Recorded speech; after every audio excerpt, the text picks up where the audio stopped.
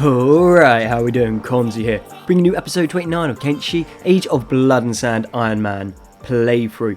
We're a few days ahead in this episode than the end of last episode. Words. Basically, my recording got corrupted, so we lost about 4 or 5 days. Nothing much eventful happened in that time, other than a couple key things, which I guess is eventful in a sense. We got down to Flats Lagoon. In Flats Lagoon, we were able to pick up the Western Hive culture books, so we can now build up to tier 2 hive armor, being researched at the moment. I've extended the base a little bit, so we have a watchtower being built. Nothing's in there yet, but next to the watchtower is a copper node that we're going to need, obviously, to get copper. We have an electronic station put down and a copper alloy beating station. The rest of the armor smithing and weapon production has stayed the same. Only other thing is we've installed a bunch of torch posts around the base. Fairly simple, it's just so we can see when the battles are happening, because I've noticed that when we get attacked, we normally get attacked at night and you can't really see too much of that. We do have 2 new properly named characters.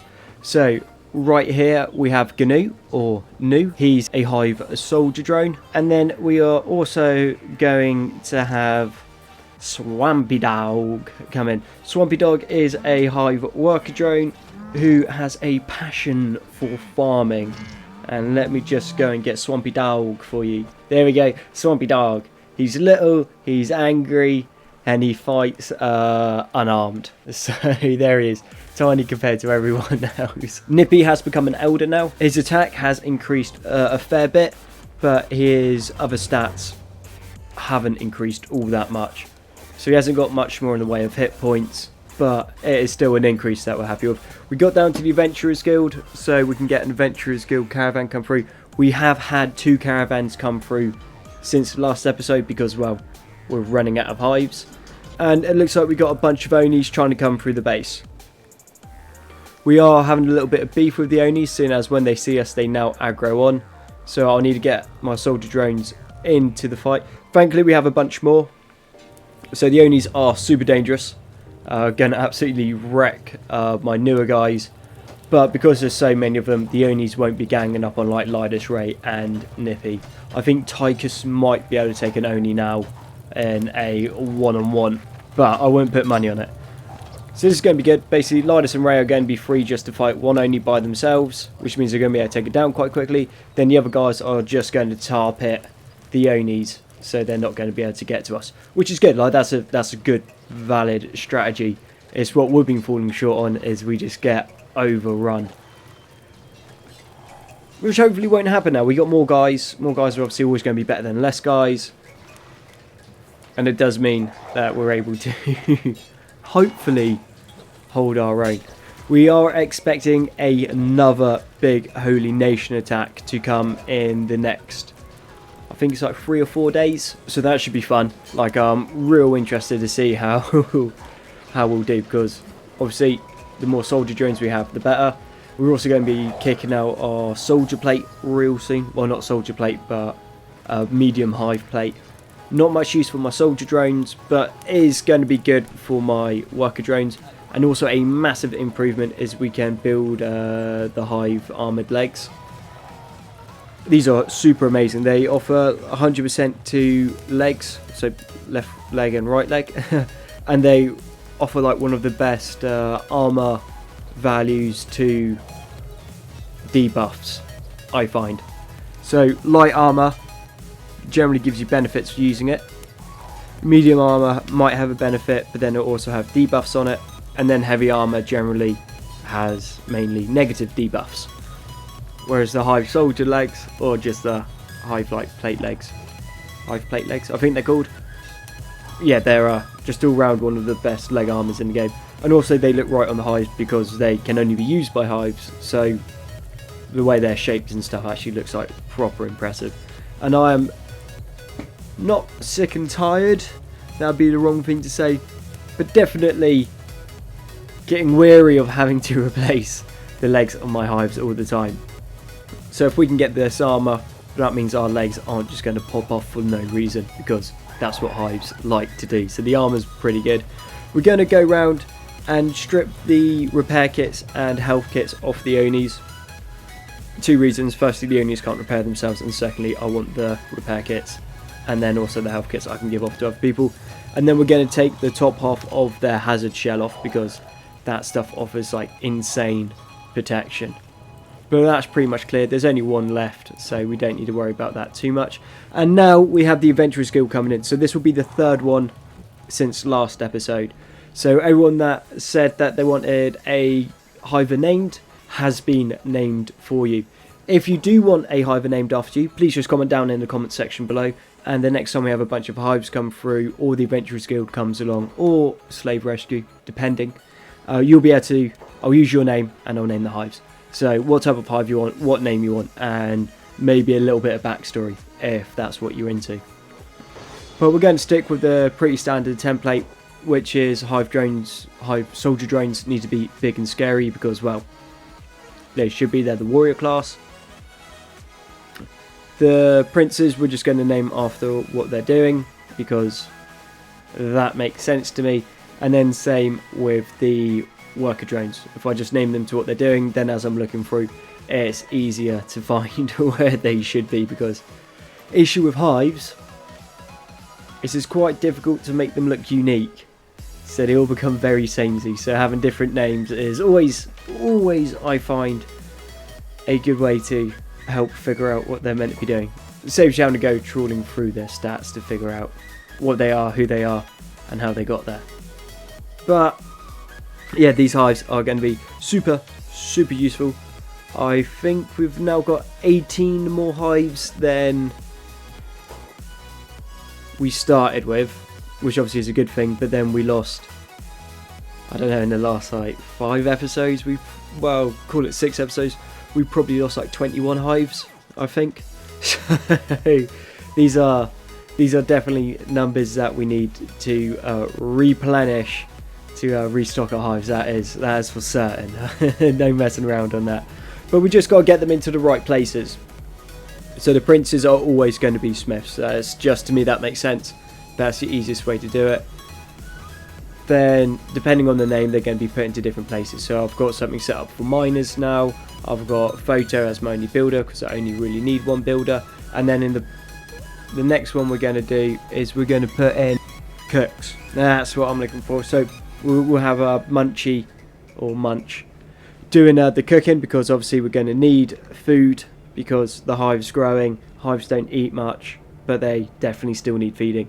So we've got the wheat straw. I've managed to upgrade most of them to medium, which is good. We've got a flour mill going, so we can process it down into flour, which means we're going to be able to build bread.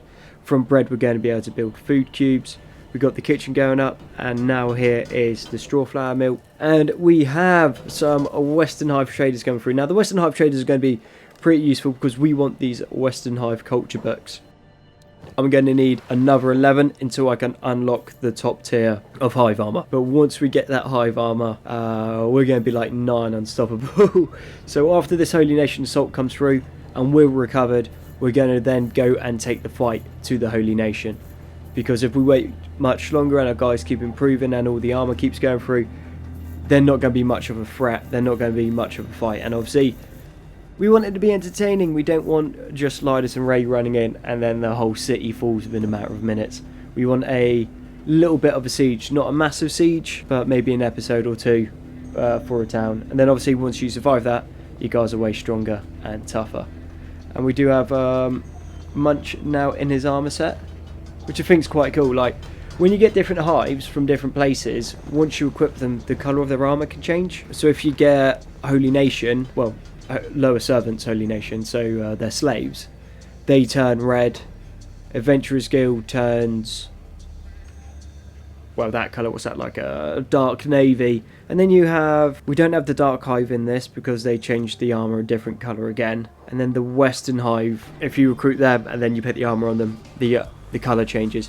So it's kind of cool, like you can mix up the armour sets a little bit so all your hives aren't looking the same. But if you know a way to actually change the colour for the armour set, if you just message down below, because I'd like to have different colour for different hives for doing different things. I am not going to lie, there isn't like a crazy amount of exciting things happening this episode, but the amount of things we've managed to be able to do since we haven't been attacked in like maybe 5 days is insane.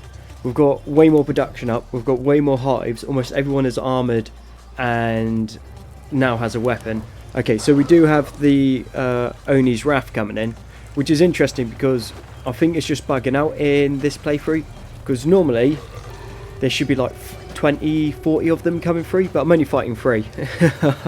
So I don't know, maybe in one of the updates they nerfed it, because yeah, you get Oni's Wrath come to your base, even at like end game, and it would just come in and it would just like wipe everybody out and then take all your guys and take them back to Verge, where you'd lose everyone. So if you weren't careful, like, you'd lose a colony to like one attack. So they might have just nerfed it just for that, because I mean, even if you're low level, like 3 Onis is like pretty devastating.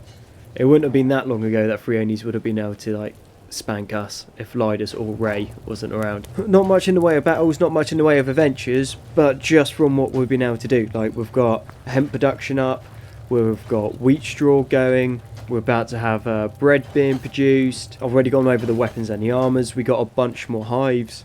We've only lost 1 hive this episode so far, which I didn't even notice. As a hive called Steel, so I take it he was a miner of some sort. We got copper production, electronics going up. We're not far off from getting robotics on the go. We just need a coal mine now, so then we can start producing steel bars, and then we'll be able to produce our own robotics. And then from robotics we can build our own limbs, so then we don't need to worry about any of that. We made a bunch of money through selling some stuff off and used Lidus to go farming in the Black Desert, and then down in like by Flats Lagoon. So yeah, things are looking really, really good for us so far. Discord is being worked on at the moment.